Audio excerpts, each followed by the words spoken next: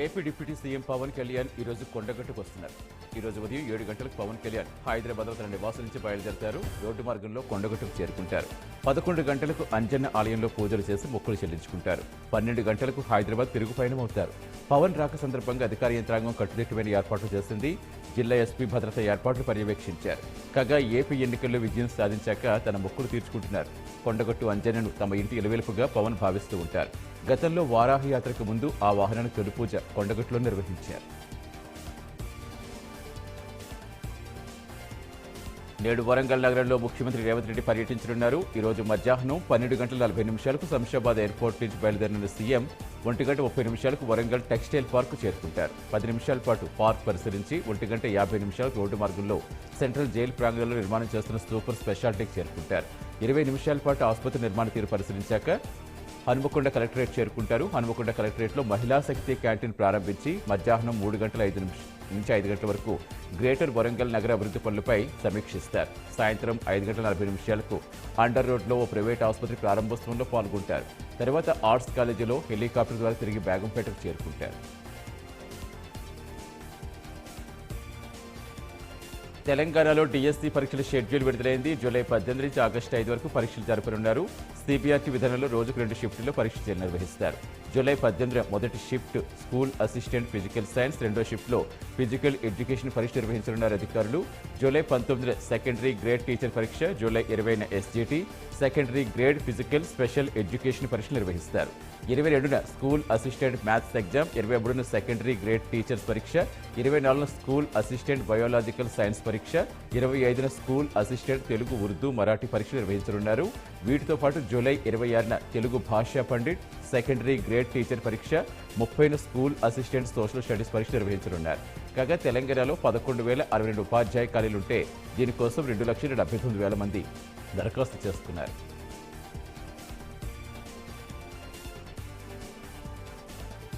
పోలవరం ప్రాజెక్టుపై సీఎం చంద్రబాబు శ్వేతపత్రం విడుదల చేశారు. రాష్ట్ర అభివృద్ధికి పోలవరం జీవనాడని, వాస్తవ పరిస్థితులు ప్రజలకు తెలిపేందుకే శ్వేతపత్రమని తెలిపారు. మొత్తం 7 శ్వేతపత్రాలు విడుదల చేస్తామని తెలిపారు. కేంద్రం నుంచి వీలైనంత ఎక్కువగా నిధులుకుంటామని చెప్పారు.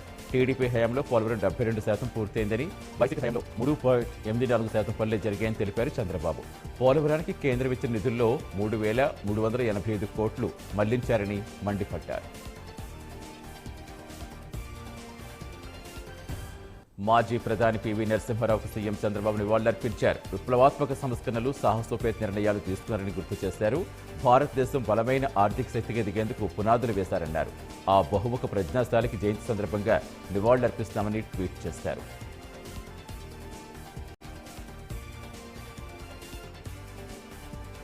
మున్సిపల్ కమిషనర్లతో మాజీ మంత్రి నారాయణ సమీక్షించారు. అనంతరం మాట్లాడిన ఆయన డ్రింకింగ్ వాటర్, రోడ్లు, ఎలక్ట్రిసిటీ ప్రాజెక్టులపై చర్చించినట్టుగా తెలిపారు. వాటర్ సప్లై 24 గంటల పాటు జరుగుతూనే ఉండాలని అధికారులను ఆదేశించినట్టుగా తెలిపారు. 5,350 కోట్లతో 2019లో డ్రింకింగ్ సివరేజెస్ కోసం శాంక్షన్ చేసినట్టుగా గుర్తు చేశారు. దీనికోసం గత ప్రభుత్వం 429 కోట్లు మాత్రమే ఖర్చు చేస్తుందని మండిపడ్డారు మంత్రి.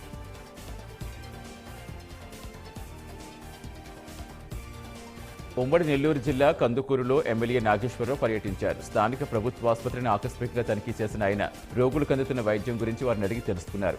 అనంతరం ఆసుపత్రుల అన్ని విభాగాలు పరిశీలించిన ఆయన వైద్యులు బాధ్యతతో పనిచేయాలన్నారు. రోగులను బాగా చూసుకుంటే ప్రభుత్వానికి, వైద్యులకు మంచి పేరు వస్తుందని సూచించారు.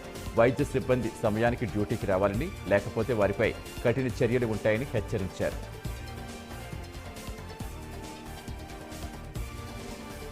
ఖమ్మం జిల్లా నేలకొండపల్లి మండల పరిధిలో పైనంపల్లిలో మహిళలు ఆందోళనకు దిగారు. ఖాళీ బిందెలు పట్టుకుని రోడ్డెక్కిన మహిళలు ఖమ్మం కోదాడ జాతీయ రహదారిపై బైఠాయించారు.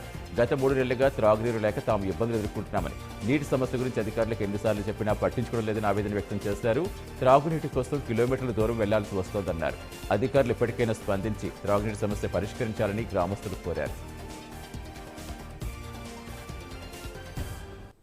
అల్లూరు సీతారామరాజు జిల్లా విఆర్పురం మండల పరిధిలో శ్రీరామగిరిలో దుండగులు రెచ్చిపోయారు. స్థానిక రామాలయంలోకి ప్రవేశించిన దుండగులు ఆలయంలో గుర్రపు వాహనం, గరుడ వాహనం, ఆంజనేయ విగ్రహాలు ఎత్తుకెళ్లారు. గుడిలో విగ్రహాలు కనిపించకపోవడంతో ఆలయ అధికారులు పోలీసులకు సమాచారం ఇచ్చారు. దీంతో ఘటనాస్థలికి చేరుకున్న పోలీసులు గుడి ప్రాంగణం పరిశీలించారు. ఆలయ సిబ్బంది ఫిర్యాదుతో కేసు నమోదు చేస్తున్న పోలీసులు సీసీ ఫుటేజ్ ఆధారంగా దర్యాప్తు చేస్తున్నారు. పలువురు అనుమానితులను అదుపులోకి తీసుకుని విచారిస్తున్నట్టుగా పోలీసులు తెలిపారు.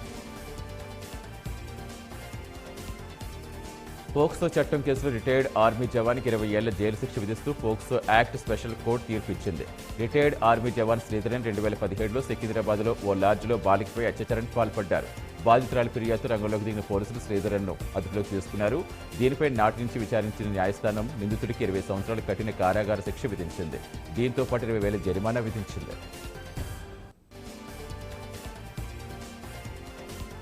చిత్తూరు జిల్లా పెనుబూరు మండల పరిధిలో కల్వకుంట్లో దుండగులు రెచ్చిపోయారు. గ్రామంలో పురాతన శివాలయంలో వినాయకుడి విగ్రహం ఎత్తుకెళ్లారు. ఆలయంలో విగ్రహం కనిపించకపోవడంతో స్థానికులు పోలీసులకు సమాచారం ఇచ్చారు. దీంతో ఘటనాస్థలికి చేరుకున్న పోలీసులు కేసు నమోదు చేసి సీసీ ఫుటేజ్ ఆధారంగా దర్యాప్తు చేస్తున్నారు. ఈ పురాతన ఆలయంలో గుప్త నిధులు ఉన్నట్టుగా ఊహించి దుండగులు పలుమార్లు ఆలయంలో విగ్రహాలు పగలగొట్టినట్టుగా అర్చకులు తెలిపారు. అయితే ఎండోమెంట్లో ఉన్న ఈ ఆలయంలో చోరీ జరిగిన ఇంతవరకు అధికారులు పట్టించుకోకపోవడం గమనార్హం. వరంగల్ జిల్లా వర్ధన్నపేట పట్టణంలో అన్నదాతలు ఆందోళనకు దిగారు. నకిలీ విత్తనాలు అమ్మిన షాప్ యజమానితో వాగ్వాదానికి దిగారు. రాయపర్తి మండలం తిరుమలాయిపల్లి గ్రామానికి చెందిన మహేష్ నాగరాజు అనే రైతులు ఈ నెల 24న వర్ధన్నపేటలో జ్ఞానాంబిక ఎరువుల దుకాణంలో వరి విత్తనాలు కొనుగోలు చేశారు. విత్తనాలు అల్లికి 5 రోజులు గడుస్తున్నా సరిగా మొలకెత్తలేదని షాప్ యజమానితో వాగ్వాదానికి దిగారు. తమ అమాయకత్వాన్ని ఆసరాగా చేసుకుని షాప్ యజమాని నకిలీ విత్తనాలు అమ్మినట్టుగా వారు ఆరోపించారు. ప్రకాశం జిల్లా దోర్నాల్లో మహిళలు రోడ్డెక్కారు. ఖాళీ బిందెలతో నటరాజ్ సెంటర్ వద్దకు చేరుకున్న మహిళలు తమ సమస్యను పరిష్కరించాలంటూ పెద్ద ఎత్తున రాస్తారోకో నిర్వహించారు. దీంతో భారీగా ట్రాఫిక్ జామ్ అయింది. ఇందిరానగర్లో గత 4 రోజులుగా నీళ్లు లేక ఇబ్బంది పడుతున్నట్టు ఆవేదన వ్యక్తం చేశారు. సమాచారం అందుకున్న పోలీసులు ఘటనాస్థలికి చేరుకుని మహిళలకు నచ్చచెప్పారు. సమస్య పరిష్కరిస్తారంటూ పంచాయతీ కార్యదర్శి హామీ ఇవ్వడంతో ఆందోళన విరమించారు. కర్నూలు జిల్లా ఓర్వకలు రాక్ గార్డెన్లో నందమూరి బాలకృష్ణ 107వ సినిమా షూటింగ్ జరుగుతోంది. ఈ సందర్భంగా కర్నూలు జిల్లా ఆదోనికి చెందిన అభిమాని సజ్జద్ షూటింగ్లో గ్యాప్లో బాల్యను కలిశారు. బాలకృష్ణ అభిమానితో కొంతసేపు ముచ్చటించారు. అలాగే అతని యోగక్షేమాలు అడిగి తెలుసుకున్నారు. బాలయ్య అభిమానితో కలిసి భోజనం చేశారు. దీనికి సంబంధించిన వీడియో సోషల్ మీడియాలో వైరల్గా మారింది. సికింద్రాబాద్లో పర్యావరణ పరిరక్షణపై ప్రజలకు అవగాహన కార్యక్రమం నిర్వహించారు. ఈ కార్యక్రమంలో రాష్ట్రపతి నిలయ మేనేజర్ రజనీదేవి పాల్గొన్నారు. ఈ సందర్భంగా మాట్లాడిన ఆమె పర్యావరణ పరిరక్షణకి ప్రజల్లో అవగాహన పెంచేందుకు సైక్లోథాన్ నిర్వహిస్తున్నట్టు తెలిపారు. రాష్ట్రపతి నిలయం నేషనల్ మినరల్ డెవలప్మెంట్ కార్పొరేషన్ సహకారంతో ఈ సైక్లోథాన్ కార్యక్రమం జరుగుతున్నట్టుగా తెలిపారు. ఈ కార్యక్రమంలో ప్రముఖ టెన్నిస్ క్రీడాకారుడు పుల్లెల గోపీచంద్, రాచకొండ సిపి తరుణ్ జోషితో పాటుగా పలువురు ప్రముఖులు పాల్గొన్నట్టుగా స్పష్టం చేశారు. రంగారెడ్డి జిల్లా షాద్నగర్ పరిధిలో బూర్గుల గ్రామ శివారులోని పరిశ్రమలో పేలుడు సంభవించింది. సౌత్ గ్లాస్ పరిశ్రమలో కంప్రెషన్ పేలింది. ఈ ప్రమాదంలో 6 ప్రాణాలు కోల్పోగా 15 మందికి తీవ్ర గాయాలయ్యాయి. మృతుల సంఖ్య పెరిగే అవకాశం ఉంది. పేలుడు దాటి కార్మికుల మృతదేహాలు చెదురుగా పడ్డాయి. గాయపడ్డ కార్మికులను ఆసుపత్రికి తరలించారు. ఘటనాస్థలికి చేరుకున్న పోలీసులు వివరాలు సేకరిస్తున్నారు. సినీ యాక్టర్ అలీ వైసీపీకి రాజీనామా చేశారు. జగన్ ప్రభుత్వంలో ఎలక్ట్రానిక్ మీడియా సలహాదారుగా పనిచేసిన అలీ ఇకపై సినిమాలే చేస్తా అన్నారు. 1999 నుంచి 20 ఏళ్ల పాటు రాజకీయాల్లో పనిచేస్తారని, వ్యక్తిగతంగా ఎవరిని కామెంట్ చేయలేదన్నారు. ప్రస్తుతం ఏ రాజకీయ పార్టీలో లేనని అలీ తెలిపారు. గత ప్రభుత్వంలో మంత్రులు, అధికార పార్టీ నేతలు తిరుమలలో తమ అడ్డాగా చేస్తారనే ఆరోపణలు ఉన్నాయి. ఈ ఆరోపణలు నిజం చేస్తూ వీరు చేసిన అక్రమాలు ఒక్కొక్కటిగా వెలుగు చూస్తున్నాయి. గత ప్రభుత్వంలో మంత్రులు ఇష్టానుసారం సిఫార్సు లేఖలతో అనేక మందికి వీఐపీ బ్రేక్ దర్శనం కల్పించారు. తాజాగా మాజీ మంత్రులు రోజా, పెద్దిరెడ్డిల వ్యవహారం బయటపడింది.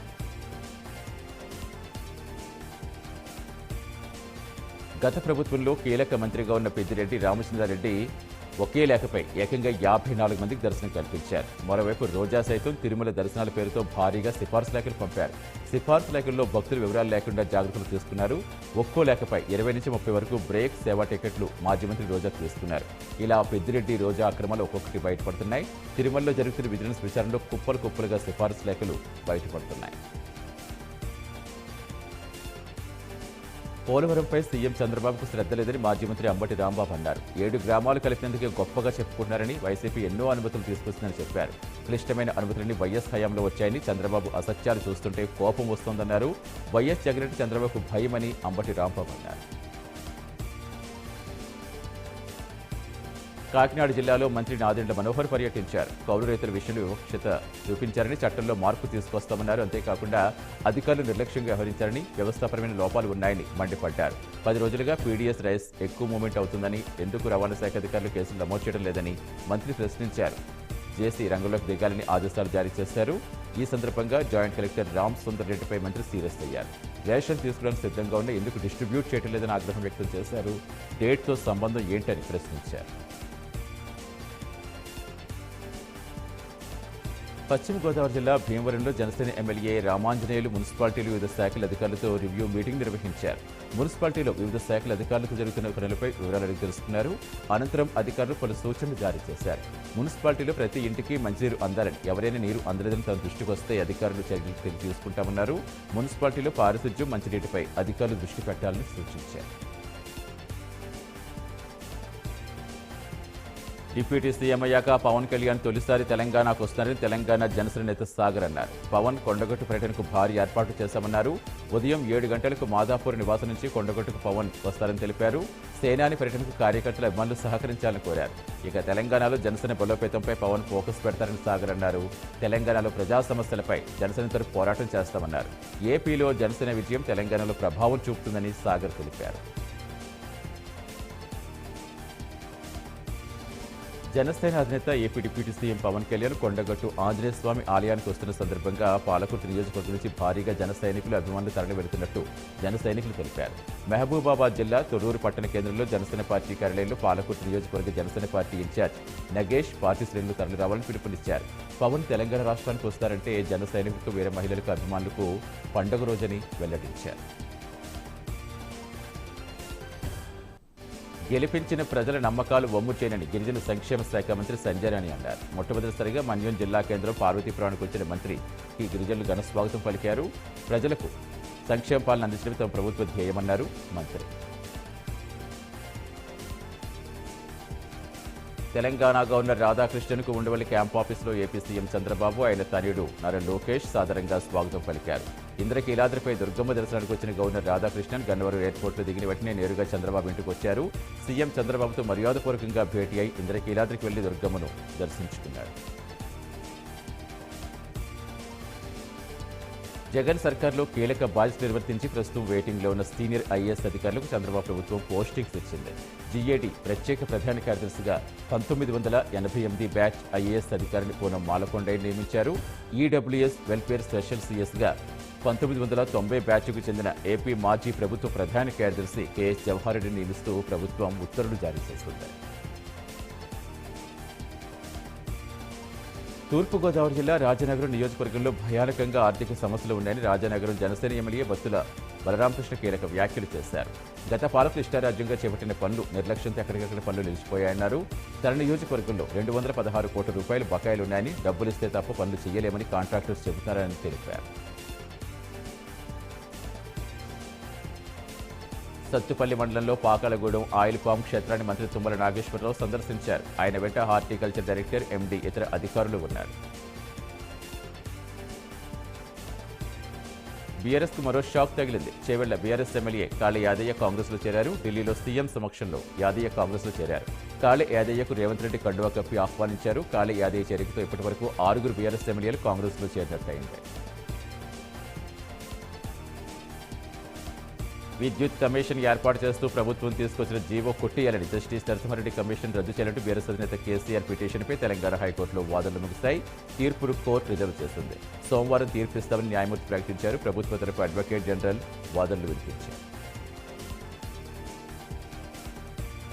నీట్ పరీక్ష లీకేజీలపై తీవ్ర గందరగోళం మధ్య పార్లమెంట్ సమావేశాలు జూలై 1కి వాయిదా పడ్డాయి. సమావేశాలు ప్రారంభమైన వెంటనే నీట్ ప్రశ్నాపత్రం లీకేజీపై విపక్షాలు ఇచ్చిన తీర్మానం స్పీకర్ తిరస్కరించగా చర్చించాలని ప్రతిపక్షాలు పట్టుపట్టాయి. 5వ రోజు పార్లమెంట్ సమావేశాలు విద్యార్థులకు సందేశం ఇవ్వాల్సిందని రాహుల్ డిమాండ్ చేశారు. రాహుల్కు మద్దతుగా విపక్ష సభ్యులు మాట్లాడేందుకు ప్రయత్నించడంతో గందరగోళం మధ్య మధ్యాహ్నం కోరు వాయిదా వేశారు. తర్వాత సమావేశాలు ప్రారంభమైన వెంటనే నీట్పై చర్చ ప్రభుత్వం సిద్ధంగా ఉందని మంత్రి కిరణ్ రిజిజు ప్రకటించారు. ఎంపీ ఈటెల రాజేందర్ కేంద్ర మంత్రి నితిన్ గడ్కరీతో భేటీ అయ్యారు. తెలంగాణలో ఉన్న సమస్యలు వివరించారు. కోంపల్లి ఫ్లైఓవర్స్, అండర్ పాస్, నత్తనడకు నడుస్తున్న Uppal elevated corridor, Shamirpet road, LB Nagar underpass, Huzurabad road సమస్యలపై చర్చించామన్నారు.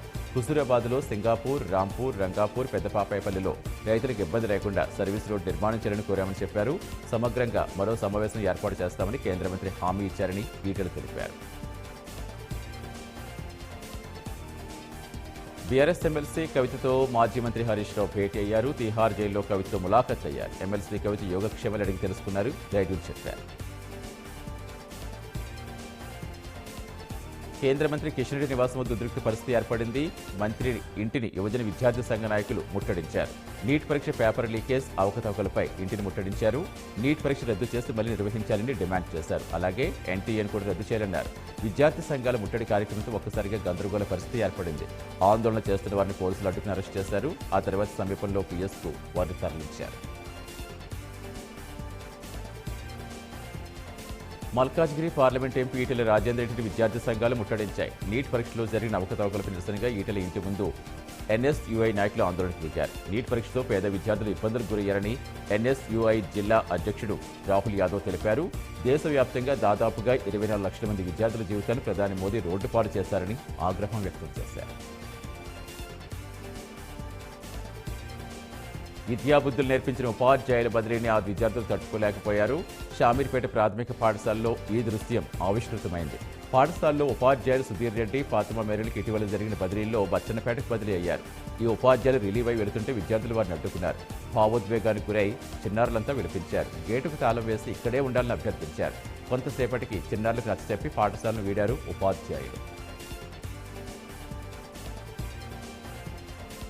విజయనగరం జిల్లా శృంగవరపుకోట మండలం దబ్బగుంట గ్రామాన్ని జిల్లా వైద్య ఆరోగ్య శాఖ అధికారి డాక్టర్ ఎస్ భాస్కర్రావు సందర్శించారు. కొట్టాం ప్రాథమిక ఆసుపత్రి సిబ్బంది మలేరియా వ్యతిరేక మాసోత్సవం నిర్వహించారు. ఈ సందర్భంగా మలేరియా వ్యాధి వ్యాప్తి, దోమల నివారణ, మురుగునీటి నిల్వ లేకుండా ఉత్పత్తి కాకుండా ఉండేందుకు జాగ్రత్తలు ప్రజలకు సూచించారు. విజయవాడలో అజిత్ సింగ్ నగర్లో మదర్సాలో ఫుడ్ పాయిజన్ జరిగింది. ఈ మదర్సాలో 60 మంది విద్యాభ్యాసం చేస్తున్నారు. రాత్రి భోజనం చేసిన వీరిలో 10 మంది విద్యార్థులు అస్వస్థతకు గురయ్యారు. 10 మందికి వాంతులయ్యాయి. వీరందరినీ చికిత్స కోసం ఆసుపత్రికి తరలించారు. గుడివాడ అంగులూరు ప్రాంతానికి చెందిన కరిష్మాన్ ఆసుపత్రి తరలిస్తుంటే మృతి చెందింది. దీంతో విద్యార్థుల తల్లిదండ్రులు మదర్సా వద్ద ఆందోళన చేశారు. ఆహార కలుషితమే విద్యార్థుల అస్వస్థత కారణమని ఆరోపించారు. అధికారులు తనిఖీ చేయగా ఈ నెల 17న తీసుకొచ్చిన 100 కేజీల మాంసం బయటపడింది. ఈ కుళ్ళిపోయిన మాంసం తినడంతో విద్యార్థులు అస్వస్థతకు గురయ్యారు. జనసేన అధినేత AP deputy CM Pawan Kalyan ఈరోజు కొండగట్టు ఆంజనేయ స్వామి ఆలయానికి వస్తున్న సందర్భంగా పాలకుర్తి నియోజకవర్గం నుంచి భారీగా జన సైనికులు, అభిమానులు తరలి వెళుతున్నట్టు జన సైనికులు తెలిపారు. మహబూబాబాద్ జిల్లా తొర్రూరు పట్టణ కేంద్రంలో జనసేన పార్టీ ఆఫీసులో పాలకుర్తి నియోజకవర్గ Janasena party in charge Nagesh party శ్రేణులు తరలి రావాలని పిలుపునిచ్చారు. తెలంగాణ రాష్ట్రానికి పవన్ వస్తున్నారంటే జన సైనికులకు, వీర మహిళలకు, అభిమానులకు పండుగ రోజని వెల్లడించారు. భారతరత్న మాజీ ప్రధాని స్వర్గీయ పివి నరసింహారావు జయంతి వేడుకలు ఘనంగా జరిగాయి. హైదరాబాద్ నెక్లెస్ రోడ్డులో పివి ఘాట్లో ఆయన కుమార్తె వాణిదేవి, కాంగ్రెస్ నేతలు జానారెడ్డి, మంత్రి కోమటిరెడ్డి, హనుమంతరావు, తీగల కృష్ణారెడ్డి తదితరులు నివాళులర్పించారు. తెలంగాణ భవన్లో బీఆర్ఎస్ వర్కింగ్ ప్రెసిడెంట్ కేటీఆర్ తదితరులు పీవీకి నివాళులర్పించారు. దేశానికి పీవీ చేసిన సేవలు స్మరించుకున్నారు.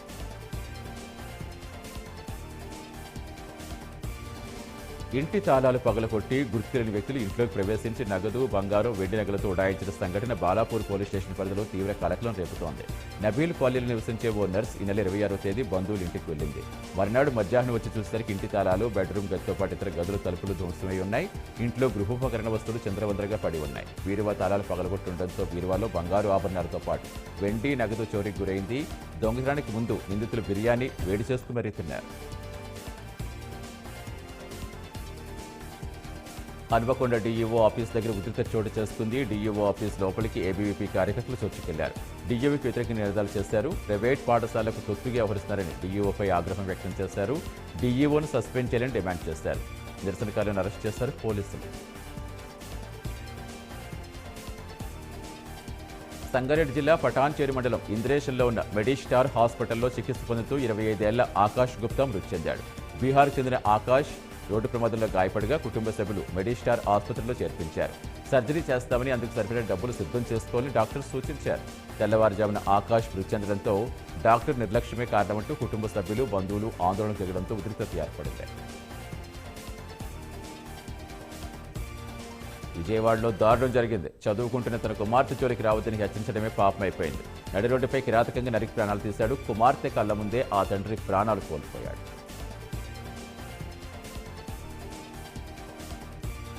ఇంటి ముందు కూర్చున్న ఓ వ్యక్తిపై కోతుల గుంపు దాడి చేసింది. ఈ ఘటన సూర్యాపేట జిల్లా మఠంపల్లి మండలం రఘునాథపాలెంలో చోటు చేసుకుంది. గ్రామంలో నాయుడు వెంకటేశ్వర్లు ఇంటి ముందు 6 బయట నుంచుంటే 50 కోతుల గుంపు ఒక్కసారిగా దాడి చేశాయి. తీవ్ర గాయాలైన వెంకటేశ్వర్లు చికిత్స కోసం ఆసుపత్రికి తరలించారు. నిజామాబాద్ కమిషనరేట్ పరిధిలో హనీ ట్రాప్ జరిగింది. వరంగల్ చెందిన ఓ వ్యక్తి గొంతు మార్చి మాట్లాడి నిజామాబాద్ చెందిన వ్యక్తిని మోసం చేసి డబ్బులు కాజేశాడు. దీంతో బాధితుడు పోలీసులు ఫిర్యాదు చేయగా నిందితుడిని పట్టుకున్నారు. నిందితుడిపై పలు సెక్షన్ల కింద కేసు నమోదు చేసి కోర్టులో హాజరుపరిచారు. సైబర్ నేరాలకు పాల్పడుతున్న వారి పట్ల జాగ్రత్తగా ఉండాలని సూచించారు. హైదరాబాద్ స్కూల్ ఎడ్యుకేషన్ కార్యాలయం వద్ద ఉద్రిక్తత ఏర్పడింది. ప్రభుత్వ పాఠశాలలో సమస్యలు సంవత్సరాల తరబడి తీర్చడం లేదంటూ ఏబీవీపీ నాయకులు ఆఫీస్ ముందు ఆందోళన దిగారు. దీంతో ఏబీవీపీ నాయకులకు పోలీసులకు మధ్య తోకడు జరగ్గా అది తీవ్ర ఉద్రిక్తతకు దారితీస్తుంది. దీంతో పోలీసులు ఏబీవీపీ నాయకులు అరెస్ట్ చేసి బేగం బజార్ పోలీస్ స్టేషన్కు తరలించారు. విశాఖపట్నంలో దారుణం జరిగింది. గాజువాకు చెందిన 18 నెలల క్రితం భర్త సోమేశ్వరరావు అదనపు కట్నం కోసం బలవంతంగా పురుగుల మందు తాగించాడు. కేజీఎస్లో చికిత్స పొందుతూ ఆమె మరణించింది. దీంతో గాజువాకు తీసుకుని మృతురాలి బంధువులు ఆందోళన దిగారు. సకల మర్యాదలు చేస్తారని నిందితుడికి ఆరోపించారు. మృతురాలి పిల్లలకు తగిన న్యాయం చేయాలని డిమాండ్ చేశారు. దేశ రాజధాని ఢిల్లీలో భారీ వర్షాలు కురుస్తున్నాయి. పలు ప్రాంతాల్లోకి భారీగా వరద నీరు చేరింది. కేవలం 3 గంటల వ్యవధిలో 148.5 మిల్లీమీటర్ల వర్షం పడింది. లోతట్టు ప్రాంతాలు జలమయమయ్యాయి. చాలా కాలనీలో విద్యుత్ సరఫరా నిలిచిపోయింది. రోడ్లపై భారీగా ట్రాఫిక్ జామ్ ఏర్పడింది. పలు చోట్ల కార్లు నీటిలో మునిగిపోయాయి. దక్షిణ ఢిల్లీలో గోవిందపురి ప్రాంతంలో వరద నీరు భారీగా చేరడంతో వాహనాలు నిలిచిపోయాయి. తీన్మూర్తి మార్గంలో వరద నీరు భారీ స్థాయిలో చేరింది. మింట్ రోడ్లో ట్రక్కులు నీట మునిగాయి. నేడు భారత్ సౌత్ ఆఫ్రికా జట్ల మధ్య T20 world cup final match జరగనుంది. బార్బడోస్లో బ్రిడ్జి టౌన్లో ఉన్న కెన్సింగ్టన్ ఓవల్ స్టేడియం ఈ టైటిల్ మ్యాచ్కు వేదికగా మారనుంది. అయితే ఈ మ్యాచ్ జరిగే పట్టణమైన బ్రిడ్జి టౌన్ వర్షం పడే అవకాశం అధికంగా ఉందని అక్కడ వాతావరణ శాఖ తెలిపింది. మ్యాచ్ మధ్యలో వర్షం పడితే మ్యాచ్ రిజర్వ్ డే అయిన మరుసటి రోజు నిర్వహించనున్నారు. ఒకవేళ రిజర్వ్ డే రోజు సైతం వర్షం పడి మ్యాచ్ కొనసాగడం అసాధ్యమని భావిస్తే అంపైర్స్ ఇరు జట్లు సంయుక్తంగా టైటిల్ గెలిచినట్టు ప్రకటిస్తారు. కాగా ఇప్పటివరకు 3 సార్లు ఫైనల్ చేరిన టీమిండియా ఒక్కసారి మాత్రమే టైటిల్ గెలిచింది. మరోవైపు south Africa team T20 world కప్లో ఫైనల్కు చేరుకోవటం ఇదే మొదటిసారి కావటం విశేషం.